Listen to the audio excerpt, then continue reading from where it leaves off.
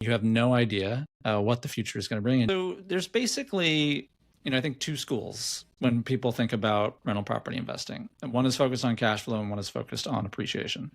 So the appreciation school believes that they can solve the puzzle, look into their crystal ball, and figure out which properties will appreciate more than other properties in the long run.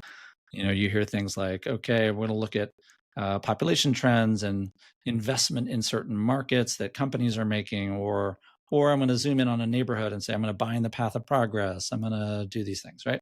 So very common to hear that, extremely common to hear that among, real estate investors.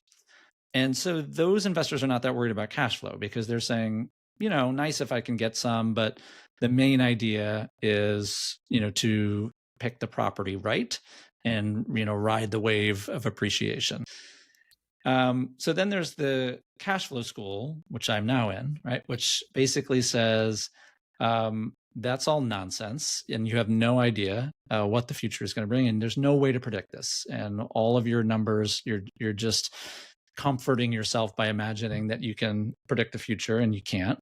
And so if you truly then believe that, it sort of leads directly to a cash flow mindset, because when I put numbers to any property anywhere in the country, I assume the value will go up with inflation, right? So I'm making the exact same assumption about every single property in every place at every point in time, because it's the best assumption I can make.